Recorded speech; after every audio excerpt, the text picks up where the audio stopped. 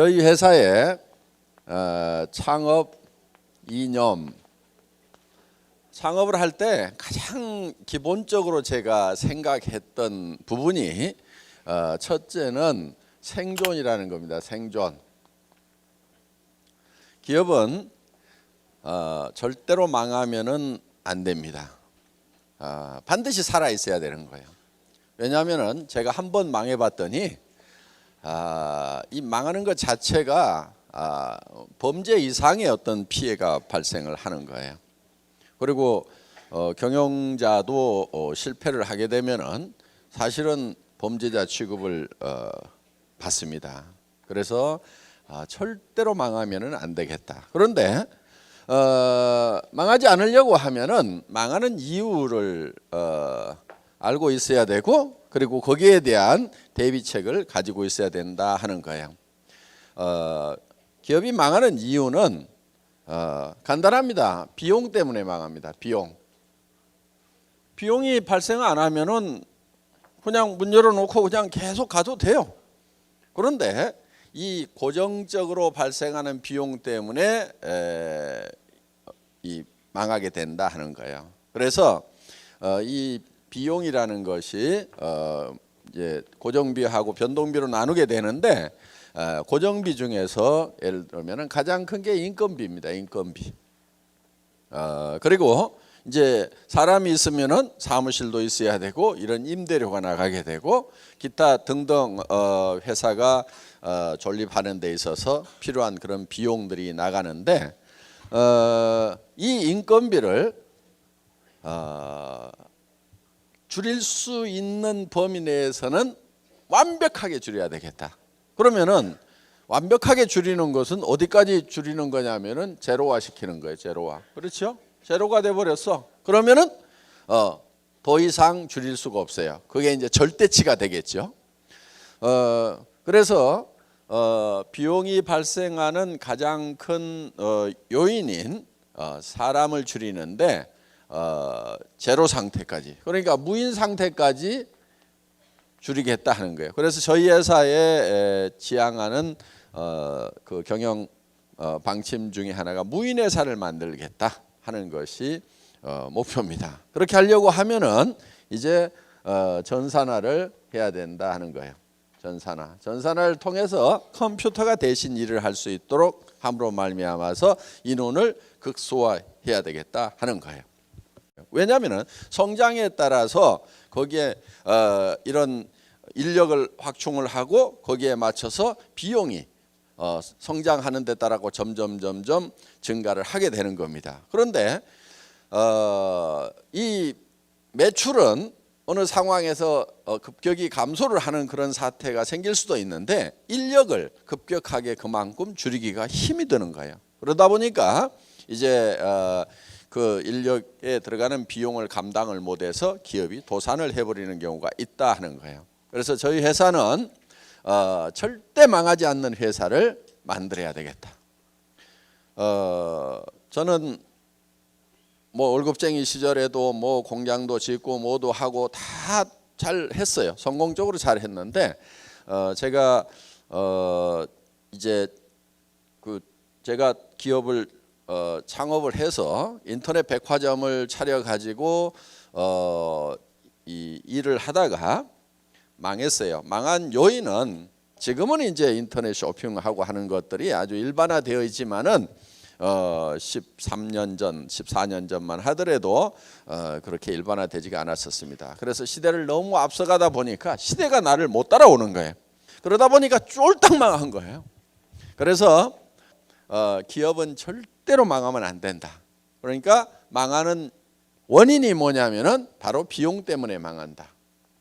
저희 같은 회사는 특히 인건비를 줄여야 되겠다. 인건비를 줄이면은 사무실 임대료도 줄일 수 있고 모든 비용들을 다 줄일 수가 있어서 결국은 무인 회사를 만들어야 되겠다. 무인 회사를 만드는 방법은 전산화를 통해서 사람이 없어도 컴퓨터를 중심으로 돌아가는 회사를 만들어야 되겠다 하는 것이 이제 저희가 생존에 대한 기본적인 생각입니다.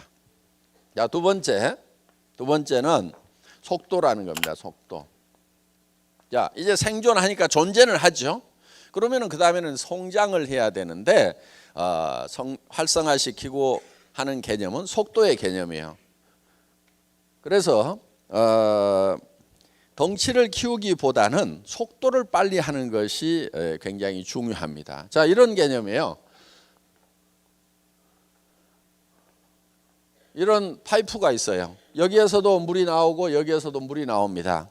A와 B가 있어요. 어느 파이프에서 물이 많이 나올까요? 그런데 다 B라고 생각을 하지만은 여기에다가 속도의 개념을 집어넣어 가지고 여기에서는 사정없이 빠른 속도로 나오는데 여기서는 줄줄줄줄 쏟아져. 그럼 어디가 더 물이 많이 나올까요? A가 더 많이 나올 수 있다 이거예요. 이 파이프의 사이즈는 B용이라고 볼 수가 있고 이 비용은 적게 들이고 속도를 늘림으로 말미암아서 효율을 증대시킨다는 이런 개념입니다. 그래서 이런 인프라를 늘리는 것이 아니고 속도를 증가시킴으로 말미암아서 효율을 높이겠다 하는 그런 이제 효율적인 측면이 있고요.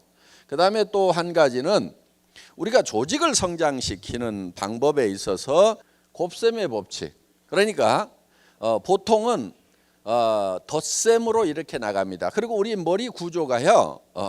더하기 빼기는 아주 능숙하게 정확하게 하는데 곱하기의 개념이 감이 잘 안 잡혀요. 우리의 감각하고 실질적인 곱하기의 결과하고는 차이가 굉장히 많습니다. 예를 들면은 월급을 주는데 오늘 1원, 2일 날은 2원, 3일 날은 4원, 4일 날은 8원 이렇게 해가지고 31일까지만 주면은 월급이 얼만큼 될 것인가 하는 거예요.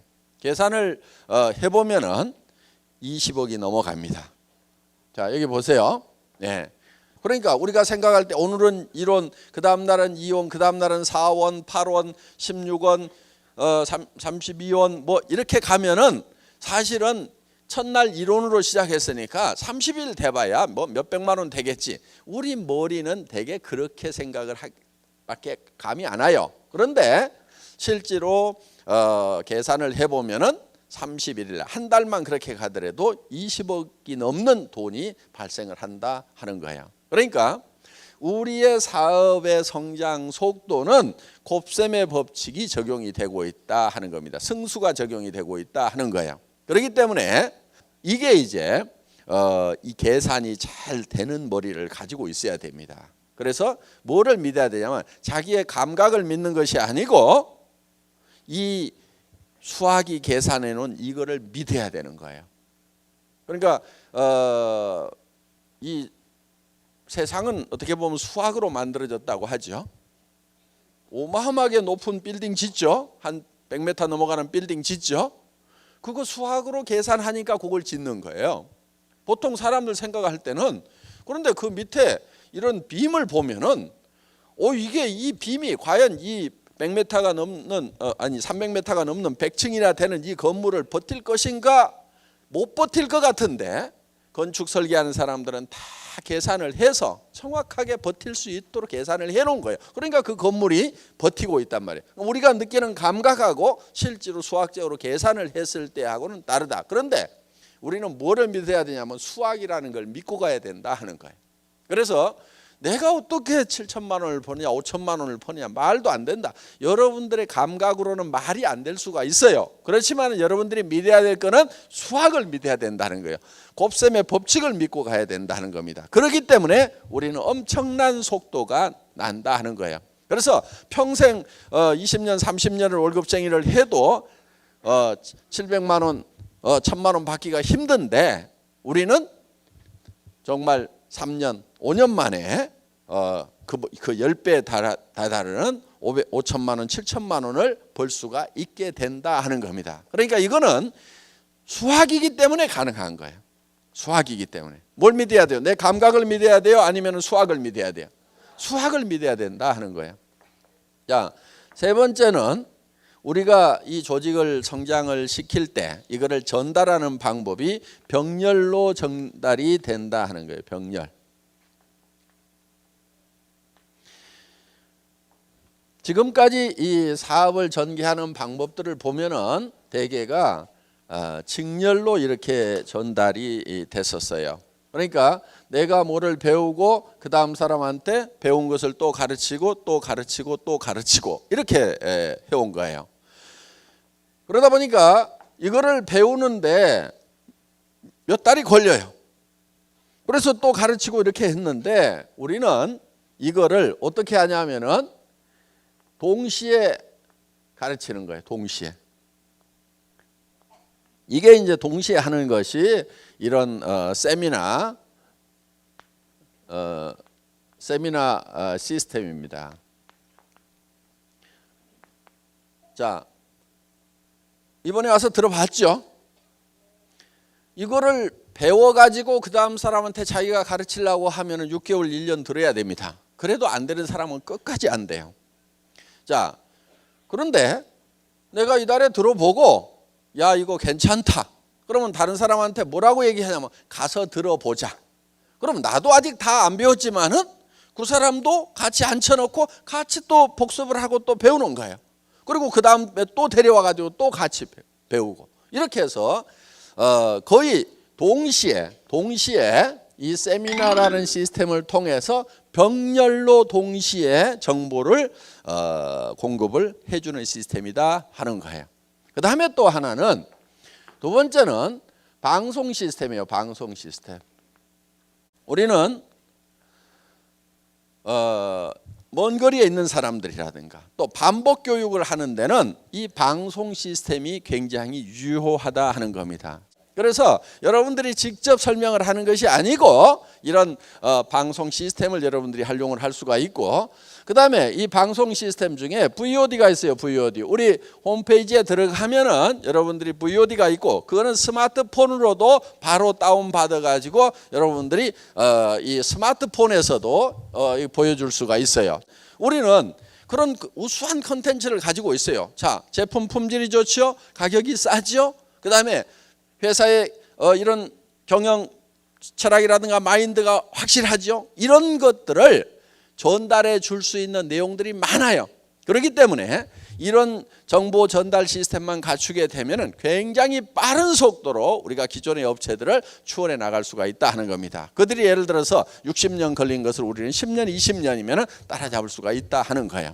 자, 이렇게 해서 이런 방송 시스템 이런 것들이 바로 병렬로 사업을 전개를 시키는 겁니다. 그래서 속도가 굉장히 빨라진다 하는 거예요.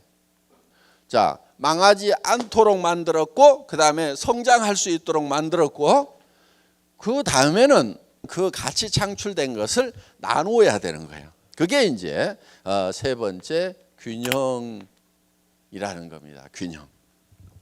자, 창출된 가치를 잘 나눠야 돼요. 균형 잡히게 나눠야 돼요.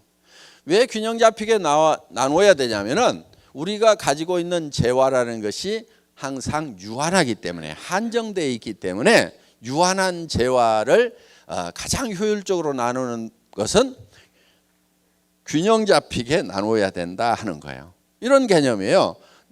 나무통 이론인데 예를 들어서 이런 옛날 나무통이 있죠. 이렇게 판자를 가지고 이렇게 만들어 놓은 나무통이 있어요. 그러면은 이 나무통에다가 물을 가장 많이 담는 방법은 이 나무의 높이를 똑같이 해줘야만이 가장 물을 많이 담을 수 있어요. 어느 한 판자 하나를 이렇게 높이고 이 판자를 이렇게 낮추면은 이 높은 걸로 물이 담기는 것이 아니고 어디에 담겨요? 제일 낮은 수준으로 이 수준밖에 물이 안 담기게 된다 하는 거예요. 그러면은 자, 그 불균형이 생기게 되면은 누군가는 손해를 봤다고 생각하고 떠나버리게 된다 하는 거예요. 자, 그러니까 우리 주변에 우리가 있으면은 우리 주변을 우리를 구성하고 있는 이 구성 요소들이 있어요. 그걸 이제 기업에서는 되게 고객이라는 표현을 쓰는데 내부 고객이 있고 외부 고객이 있어요. 그러면은 자, 애텀이라는 회사가 있으면은 우리의 고객 중에 우리 사업하시는 분들이 외부 고객이죠. 사업자들이. 그렇죠?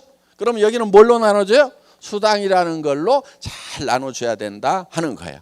이 수당도 나눠줄 때 어떻게 나눠줄 거냐 하는 거예요. 어떻게 나눠줄 거냐? 자, 어떤 회사는 이 수당을 일부 사람에게 사정없이 많이 이렇게 줘버리는 경우가 있어요. 수당이 받는 분포를 보면은. 그래서 스타 플레이어를 만들어 가지고 예를 들면은 1년에 막 100억도 수당을 받아. 한국에도 그렇게 받는 사람이 있어요, 지금. 한 100억 받아. 그런데 회사는 대한민국에서는 35%만 주도록 법 규정이 있어요. 그러면 같은 35%를 가지고 엄청나게 받는 사람이 있다고 하면은 회사가 겉으로 내세워 가지고 띄우기는 좋아요. 우리 회사에 한 달에 10억씩 받는 사람이 있다. 이렇게 띄우기는 좋은데, 그런데 그 10억을 준 거를 어디서 갖다 준 거냐면은 이 사람들을 쫄쫄 굶기면서 여기다 갖다 줬단 말이에요. 그래서 우리 회사는 그렇게 안 줘요. 이만큼만 줘요. 이만큼만. 그 대신에 어디를 많이 주자? 여기를 많이 주는 거예요. 여기를 이렇게.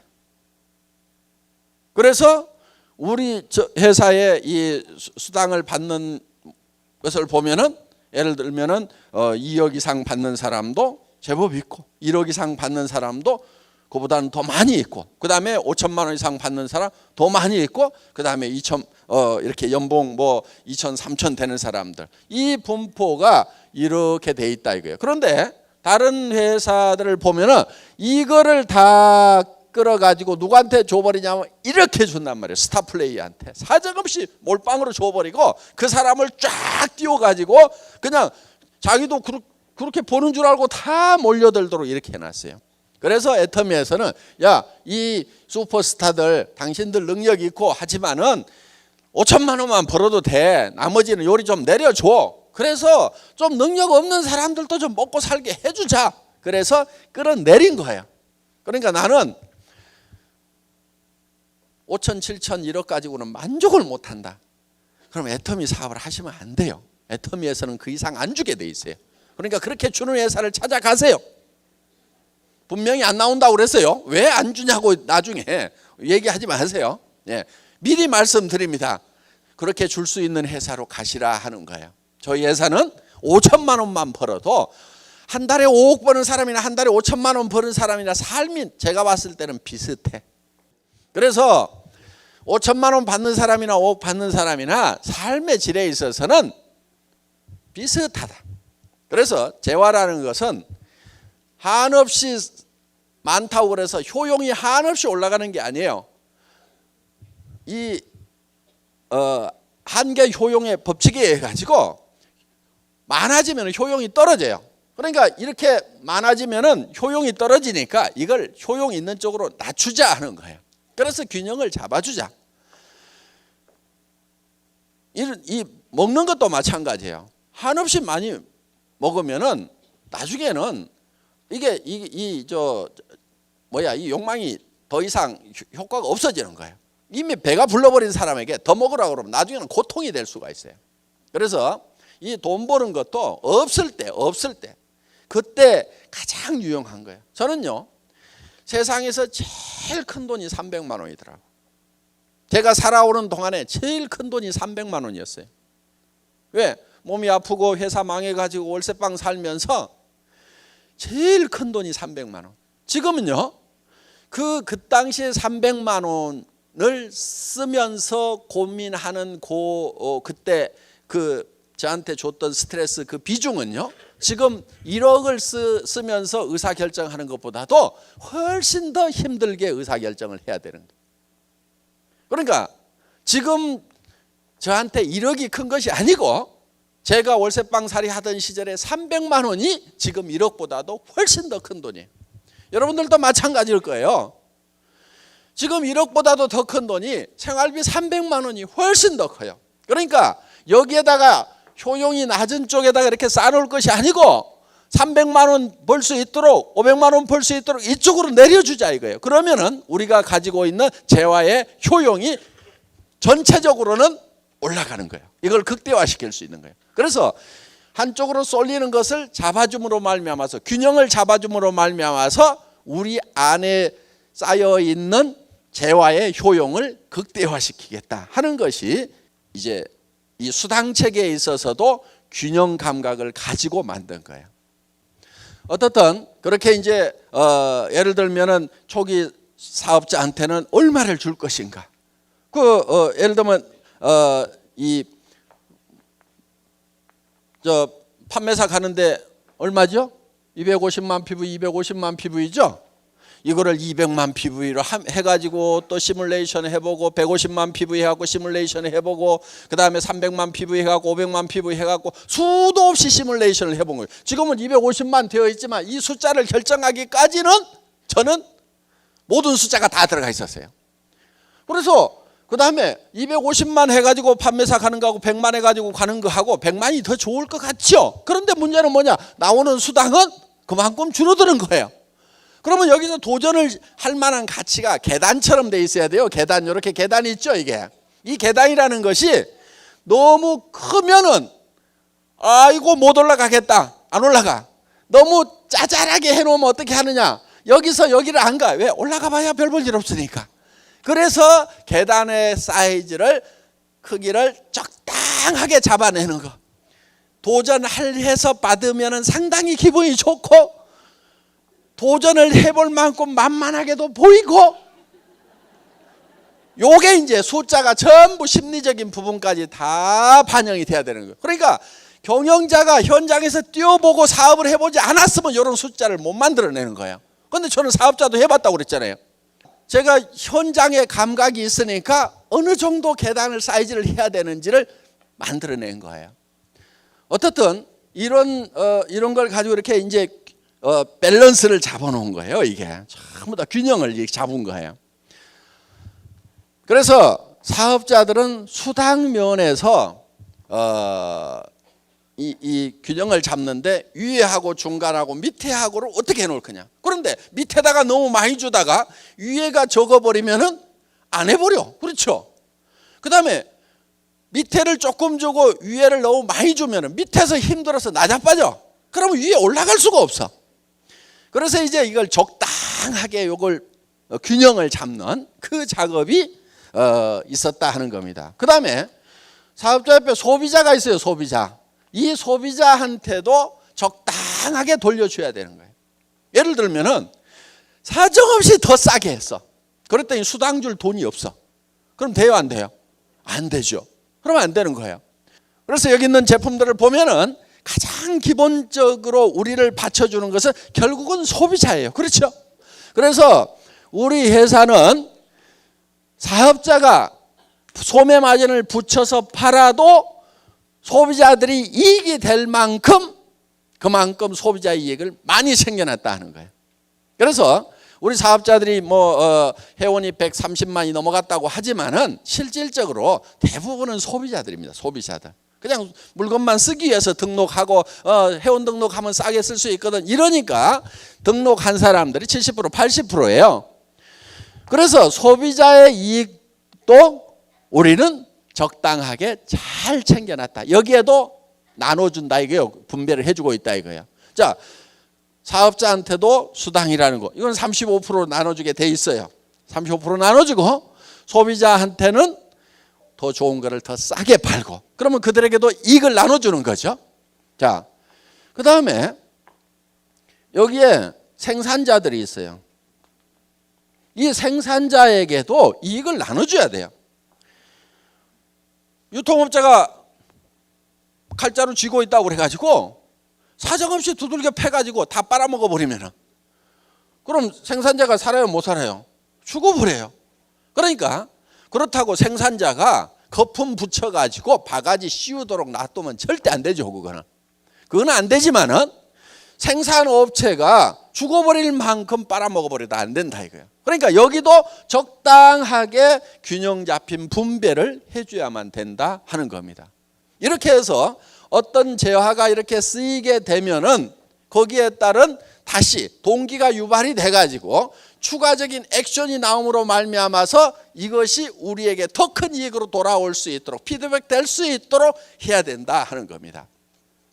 자, 여기에 물류회사라든가 여기에 우리 옆에 이렇게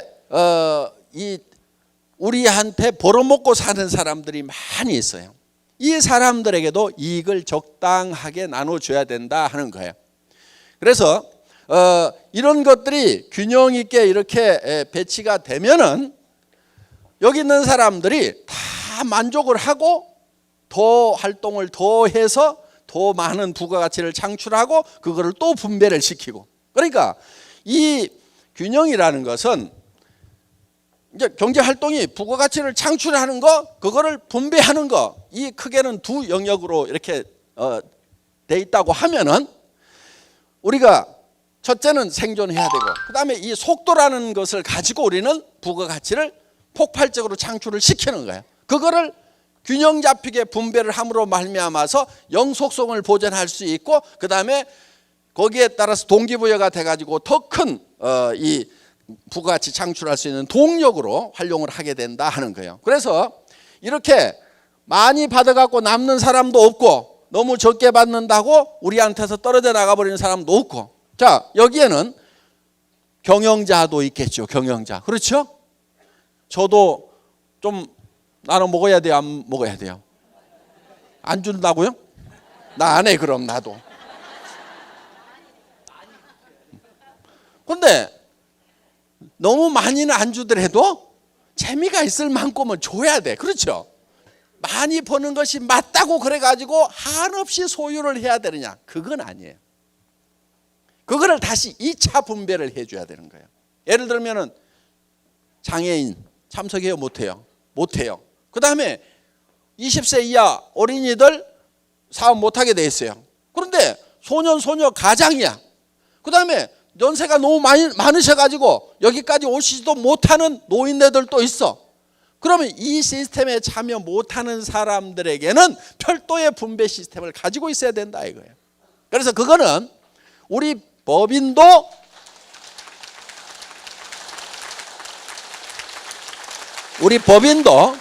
그 시스템에 참여를 할 거고, 저도 개인적으로 보는 것이죠.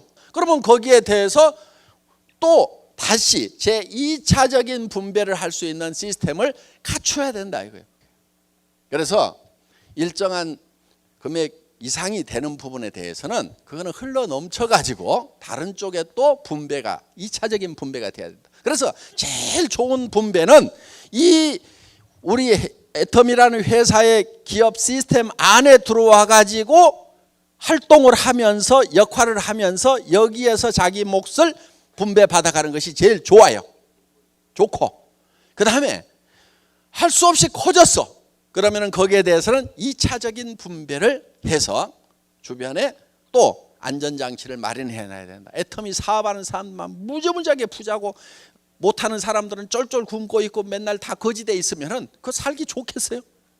그래서 그 사람들에게도 뭔가 사회적으로 돌아가는, 이렇게 해서 분배가 잘 되면은 효율이 극대화되는 거예요. 그러면은 이게 전체가 계속해서 발전을 하는 거예요. 근데 이게 언밸런스가 져가지고 어느 놈이 너무 많이 빨아먹어 버린다. 예를 들면 사업자 중에서 사업자가 사정없이 세가지고 많이 빨아가 버리는 경우도 있어요. 가부와 가지고 어떤 식으로 빨아가냐면은 사업자 협의회가 회사에 납품 공급권을 가져. 그거 안 주면 우리 다른 회사로 가겠다. 그러면 경영자가 그걸 주라고 그래.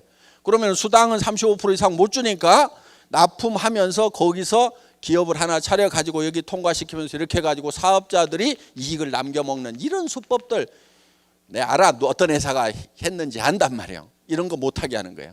그러니까 우리 회사는 예를 들면은 그런 거를 요 회장도 할 수가 있어요. 그렇죠? 납품하면서 중간에다 회사 하나 넣어가지고 여기다 이익 떨어뜨리고 이런 거 할 수도 있단 말이에요. 이런 거를 하면은 절대로 안 되는 거예요. 이거를 못하게 하는 거예요. 제 아주 친한 분이 이거를 하겠다는 거예요. 아니 나 혼자 먹겠다는 거냐, 너한테도 좀 나눠줄 테니까 회사 하나 차려가지고 중간에 거쳐가지고 내가 납품을 해주겠다 이거야. 그래가지고는 하겠다는 거예요. 이 친구하고 내 사이 나빠졌어요. 하지 말아라. 그런데 쟤 변했다 이거야. 쟤 변했다 이거야. 어차피 금 받고 하는데 그 자기가 좀 여기서 해가지고 같이 나눠 먹자는데 얘가 나빠졌다는 거예요. 제가 나빠졌어요? 안 나빠진 거예요. 그래서 너하고 사이 안 좋다네요. 안 좋아졌어. 내가 이렇게 얘기했어. 그거 네가 그거 하면은 내 동생들이 가만히 있겠냐? 그렇죠? 삼촌이 가만히 있겠냐? 조카들이 가만히 있겠냐? 어이 큰아버지 작은아버지 나도 좀 해먹읍시다 하고 벌떼처럼 달라들 건데 누구는 해주고 나는 안 해주냐고. 너하고 원수 안 되려고 내가 이걸 해주면은 주변에 있는 사람들하고 다 원수 된다 이거야. 그러니까 이런 걸 하면 안 되는 거예요. 사업자분들도 뭐 아이템 가져가지고 중간에서 마진 남겨 먹으려고 하는 사람들이 있어요. 그거는요 될 일도 안 돼. 그렇게 하면 안 해버려. 그거는 제가 일부러 그 아이템 안 실었으면 안 실었지 그런 시스템은 절대 안 만들어요. 그러니까 여기에서 역할이 없는데 이 부가가치 창출을 못하는 그런 데다가 누수되는 거 이거를 철저하게 막아야 돼. 첫째는 막아야 돼. 그 다음에 균형 잡힌 분배를 해줘야 된단 말이에요. 그러니까 여기에서 어떤 역할을 하느냐에 따라 가지고 하는 만큼 그만큼을 적당하게 줘야만이 이 효용이 극대화가 될 수가 있다 하는 거예요. 그런 측면에서 지금 우리는 이제 균형이라는 것을 생각을 하고 경영을 하고 있다 하는 겁니다. 여기까지 하도록 하겠습니다. 수고하셨습니다.